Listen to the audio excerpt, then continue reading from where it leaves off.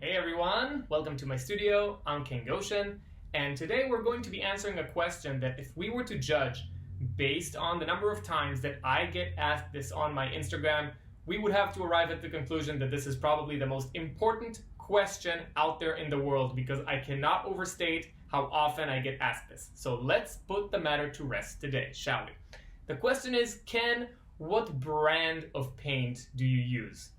Well, I'm glad you asked. I'm going to list every brand that I like, every brand that I use or want to use at the end of this video. But first, I want to start the conversation by flipping the question on you and tell you which brand of paint should you use. I want you to be able to navigate the scene of different brands, different paint companies, and to know how to select the kind of paint that's right for you.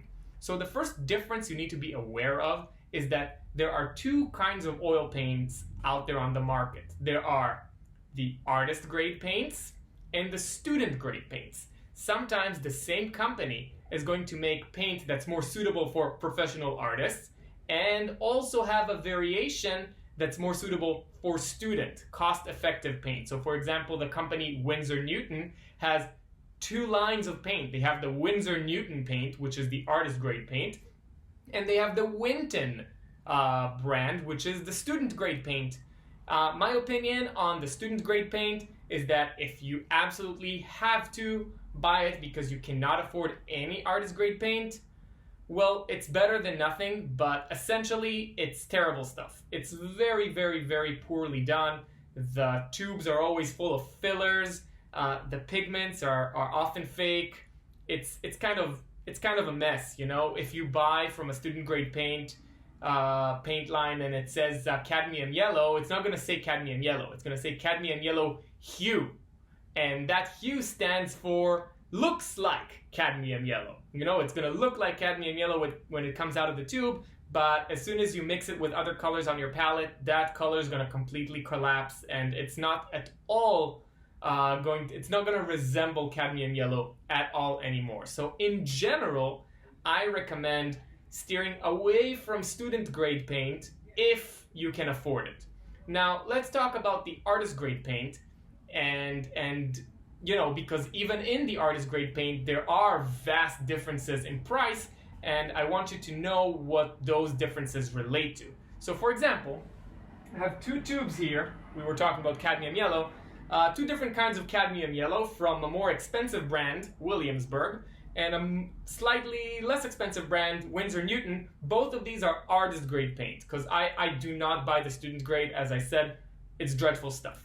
And if we look behind on the back of the tube where it says the ingredients, you're going to see that the pigment used for this tube, the expensive tube, is PY35.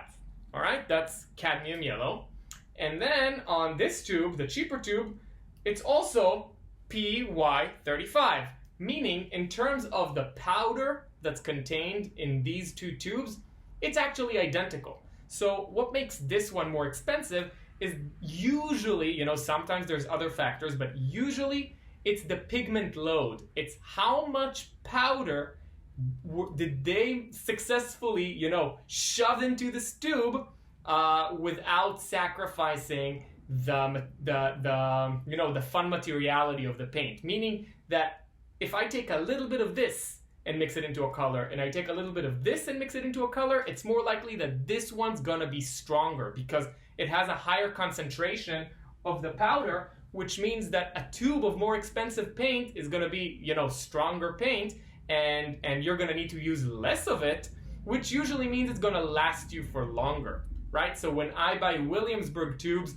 they can last me for years. And when I buy, Winsor Newton tubes, I end up having to use more paint, and in order to arrive at the color that I'm trying to mix, and they just end up running out faster. So I'm gonna use the advice of my painting teacher when I was studying. He used to tell me, you know, you want to know what the best paint is? It's usually the paint that's the most expensive.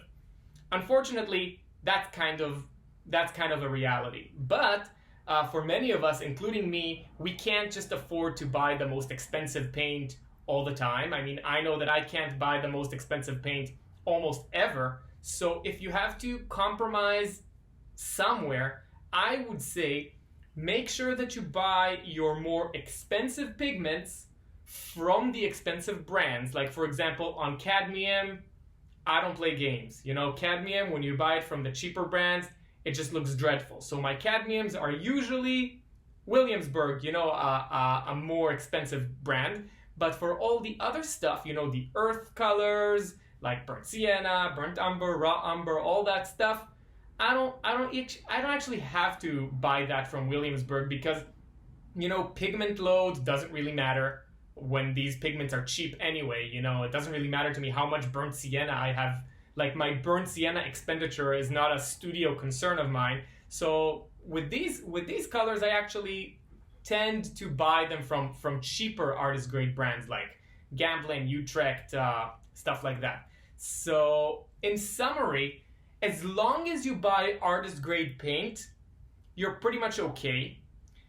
There are big differences in price between different artist grade paints, and if you have to choose, get the most expensive pigments from the expensive brands so that, you know, they last you forever. I don't have to buy cadmium like I buy it once every 3 years because I buy it from Williamsburg. But all the other pigments, like there's no need to buy the earth colors from an expensive brand because it's the same pigment anyway, and who cares? So if you want to buy your burnt sienna from a cheap brand, as long as it's artist grade, that's perfectly fine.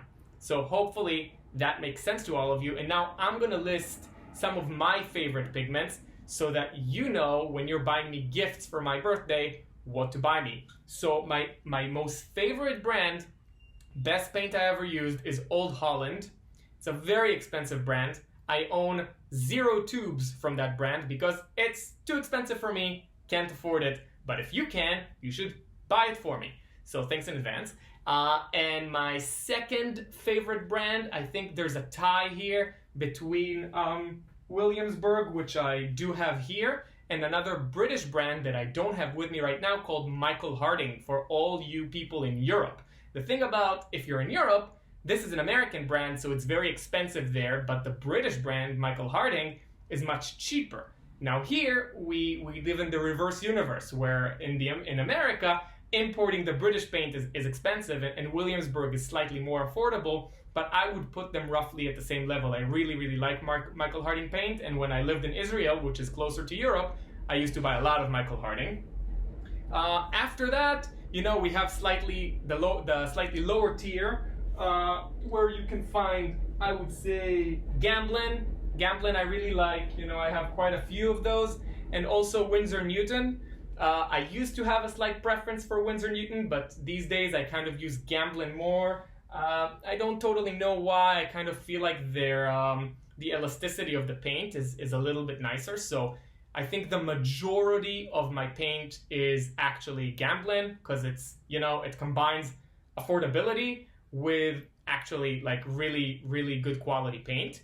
And last but not least, you know, I use a lot of Utrecht, which is an even cheaper brand. It's cheaper than Gamblin, but totally delivers for the earth colors. You know, all my siennas, you know, sometimes I buy ochre from them, I buy umbers from them, but most importantly, I buy my white from them. So if I put this much trust in them, that means they do a very decent job. And the reason I really like their white is because they actually have lead white in large tubes, and this is very affordable. Now, if you are considering using lead white, it's toxic, okay? Don't follow my lead. If you get paint on your face when you paint, if you get paint on your hands when you paint, do not use lead white if you're a messy painter. But once you graduate to the level where you can paint without getting any paint on yourself, and you are at a point in your life where you want to incorporate some more toxic chemicals, by all means, I think Utrecht's lead white is the most affordable, you know, cost-effective, and it delivers a punch. It's just a great option. So without this white, I honestly don't know where I'd be. So this is a strange situation where you can see, like, I have pretty expensive brands and pretty cheap brands, and I just pick and choose between the different brands for the purposes, you know, that I have. I don't just say, okay, I'm just gonna get Gamblin. No, I wanna make sure that I get the most out of each and every brand, and yeah, I want to tailor it to my needs. So hopefully this video helped you decide how to go about buying paint for you. It answers the question of what brand do I use? The answer is I use multiple brands and I choose them wisely based on what I need that specific pigment to do. And yeah, if you enjoyed this video, do not forget to like it, subscribe, and leave a comment. If you're looking for lessons I teach online, you can go to kengoshen.com/lessons. And if you want to support me and help me make more educational videos that we share with the rest of the world, please go to patreon.com/kengoshen, and any and all support is greatly appreciated. See you next time.